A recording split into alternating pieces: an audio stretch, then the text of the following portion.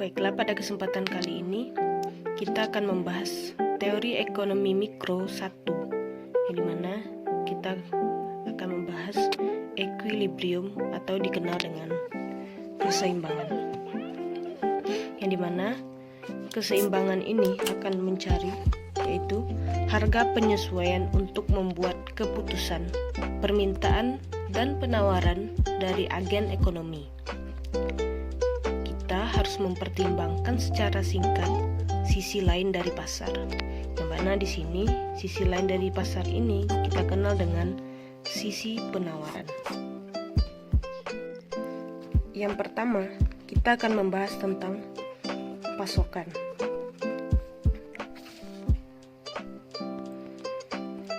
Dalam setiap kasus ini, penawaran hanya mengukur berapa banyak konsumen bersedia menyediakan barang pada setiap harga yang memungkinkan. Inilah definisi dari kurva penawaran. Untuk setiap P, kita tentukan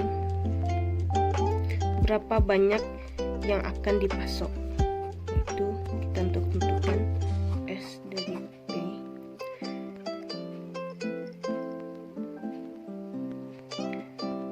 Untuk banyak tujuan, memang demikian berasal dari perilaku pengoptimalan penghasilan. Kurva permintaan berasal dari dalam hal perilaku mengoptimalkan menghasilkan kurva. Selanjutnya, kita akan membahas tentang equilibrium pasar.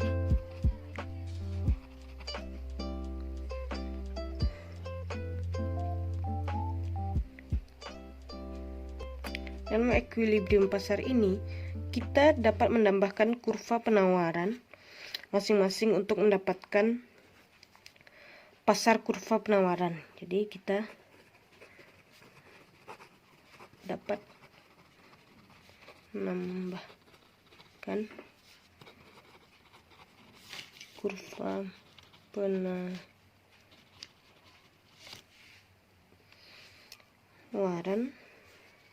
untuk mendapatkan pasar penawaran.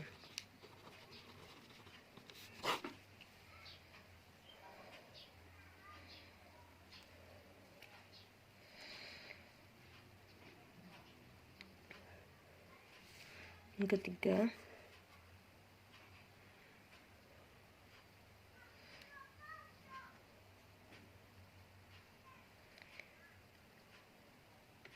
kita akan membahas dua kasus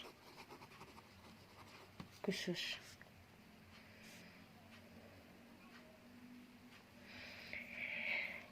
Di dalam dua kasus equilibrium yang perlu disebutkan, yang pertama adalah pasokan tetap.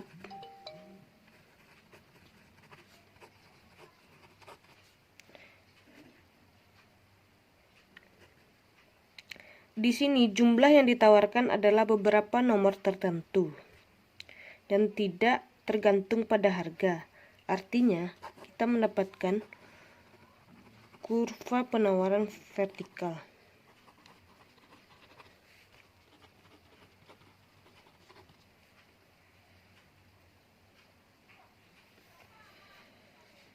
Dalam hal ini, kuantitas keseimbangan ditentukan sepenuhnya oleh kondisi pasokan dan keseimbangan harga ditentukan sepenuhnya oleh kondisi permintaan.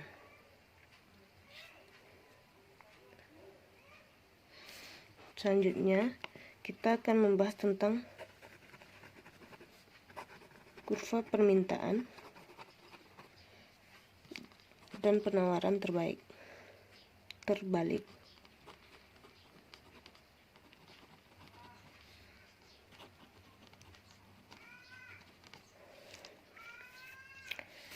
Kita dapat melihat equilibrium pasar dengan cara yang sedikit berbeda, yaitu kurva permintaan individu biasanya dipandang sebagai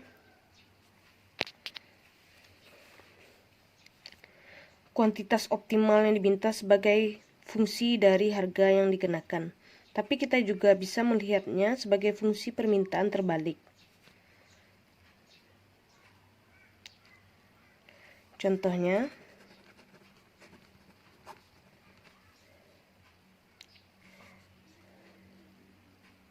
misalkan D dalam kurung P A kurang BP, S dalam kurung P sama dengan C plus DP, yang dimana koefisien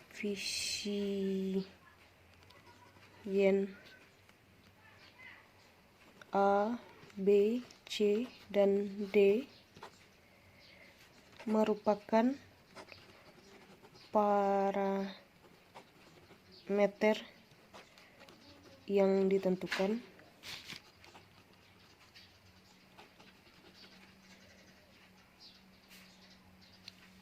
intercept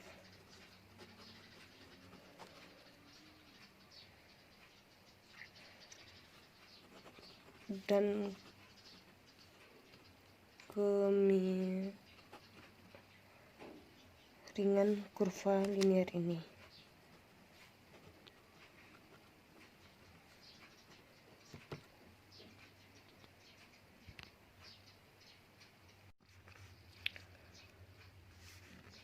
Harga ekuilibrium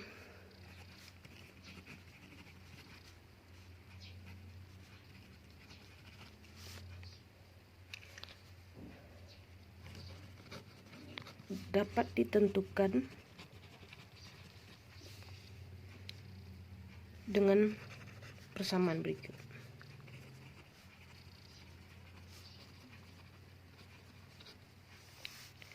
Yang pertama yaitu D dikali P sama dengan A dikurang BP sama dengan C ditambah DP sama dengan S dikali P. Yang dimana jawabannya yaitu P sama dengan A dikurang C D ditambah B. Selanjutnya kita akan membahas tentang statistika komparatif.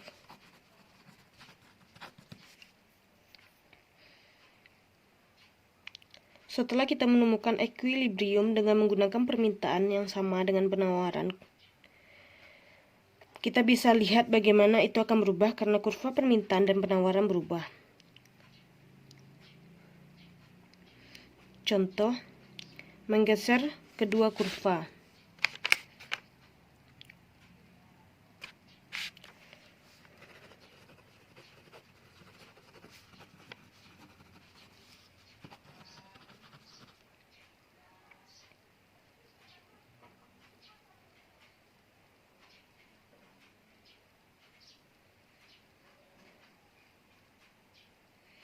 Ditentukan oleh D dikali P kurang M sama dengan S dalam kurung P dikurang M, yang jelas memiliki solusi yang sama dengan permintaan awal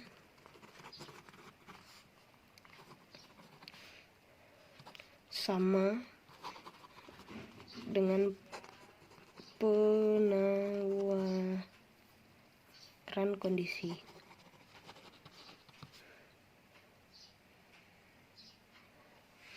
Yang keenam yaitu pajak.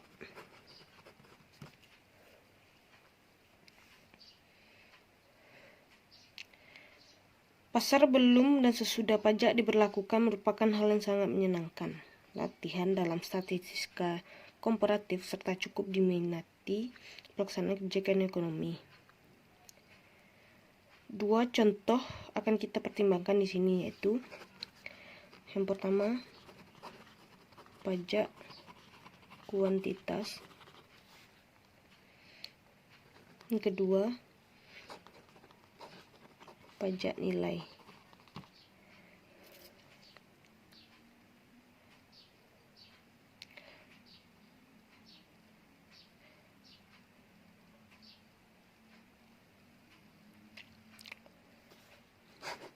pajak kuantitas,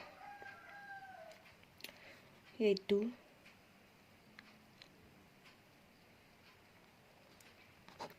PD sama dengan PS ditambah T. Sedangkan pajak nilai adalah pajak yang dinyatakan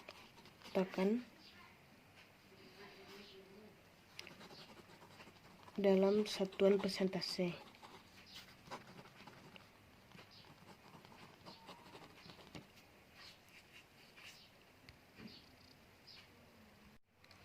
Selanjutnya kita akan membahas yaitu meneruskan pajak.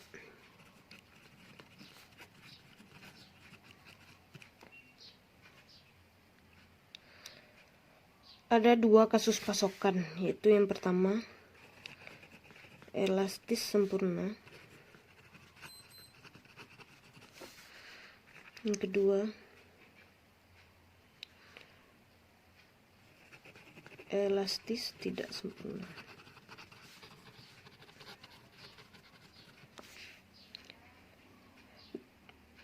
Jika suatu industri memiliki kurva penawaran horizontal, artinya industri akan melakukannya menyediakan sebuah jumlah barang yang diinginkan dengan harga tertentu, dan 0 unit dari barang dengan harga lebih rendah. Dalam hal ini, harga ditentukan seluruhnya oleh kurva penawaran dan kuantitas yang dijual ditentukan oleh permintaan. Jika suatu industri memiliki kurva penawaran vertikal, artinya kuantitas kebaikan sudah diperbaiki. Harga keseimbangan barang ditentukan sepenuhnya oleh permintaan. Jadi, harga keseimbangan barang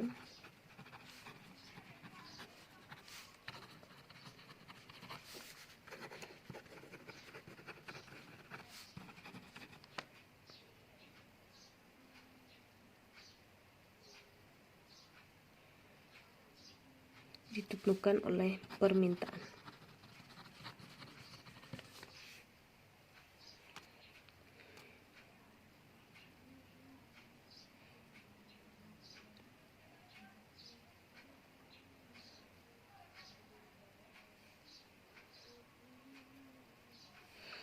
Selanjutnya kita akan membahas tentang rugi berat pajak.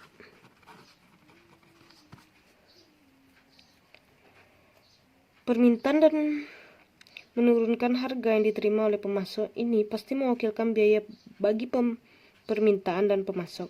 Tetapi dari biaya ekonom sudut pandang, biaya sebelumnya dari pajak adalah output berkurang. Itu output berkurang.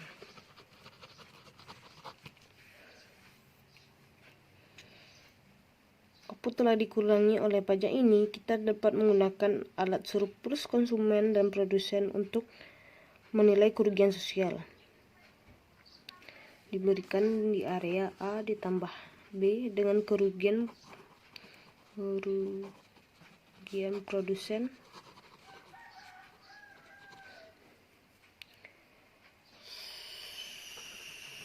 surplus diberikan di daerah C ditambah D.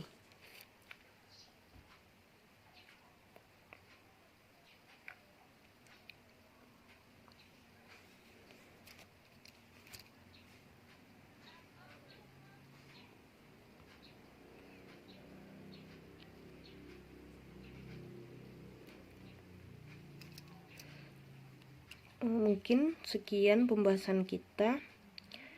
Jadi, jika kita mengalokasikan barang menggunakan harga yang ditetapkan dalam dolar, maka dolar yang dibayar para penuntut memberikan manfaat bagi pemasok barang. Jika kita mengalokasikan penggunaan waktu tunggu yang baik, waktu yang dihabiskan dalam antrian tidak menguntungkan siapapun. Mengantri adalah salah satu bentuk bobot mati kerugian. Orang-orang mengantri membayar sebuah harga, tetapi tidak ada yang menerima keuntungan apapun dari harga yang mereka bayarkan.